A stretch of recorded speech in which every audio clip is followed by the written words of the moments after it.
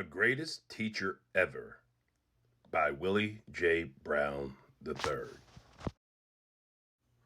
Just a few moments before the school day would end, Rockhead sat patiently with the rest of his friend. Tick-tock, tick-tock, the minutes rolled by. The teacher was in tears, and no one could explain why.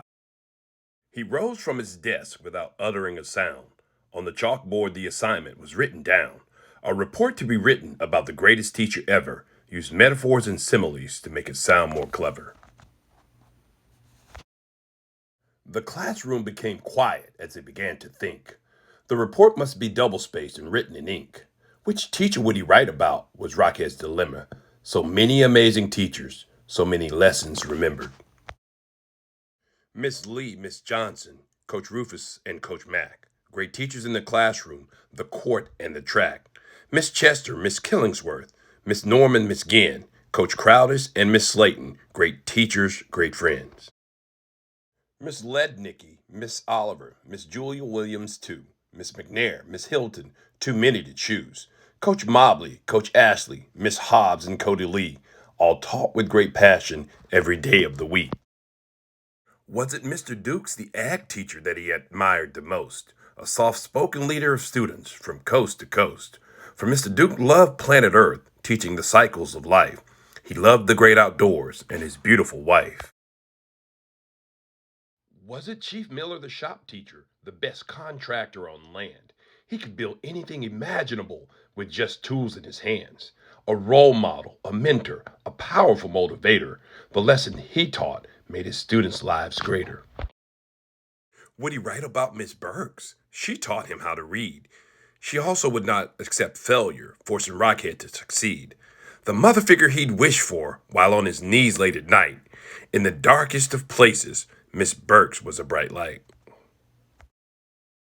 Would he write about Mr. Mannery, his science teacher and coach? For science and baseball were two things he loved most. Words like funny and silly describe Mr. Mannery best. On the diamond, in the classroom, he taught the meaning of success. Would he write about a principal, Mr. Stewart or Mr. Burks, the greatest school administrators to have walked planet Earth? Fair and just men, they both were quite cool. The Board of Education to your backside if you broke school rules. Was Mr. Cherubini the best ever, the elite of the elites? For he fought social injustice and defended the weak.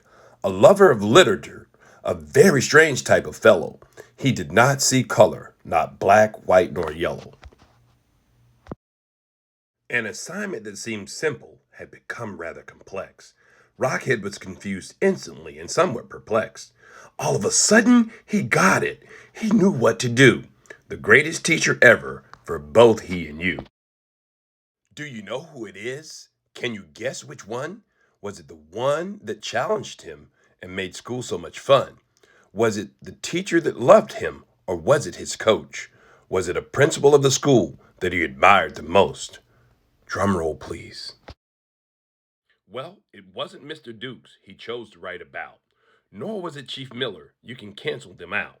He did not pick Miss Burks, his favorite teacher ever, nor did he choose Coach Manry, who was funny and clever.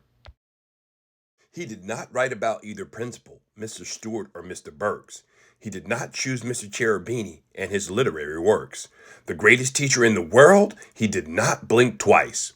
For the greatest teacher ever will always be life. Life is the greatest teacher. It's not even close. The choices you make daily impact your life most. Experience the second greatest teacher, and yes, failure comes next. Love conquers all obstacles as life presents tests. Needless to say, his teacher was impressed by Rockhead's written work, for he figured out that life was the greatest teacher on earth. Life is the greatest teacher ever and will always be first. The End by Willie J. Brown III.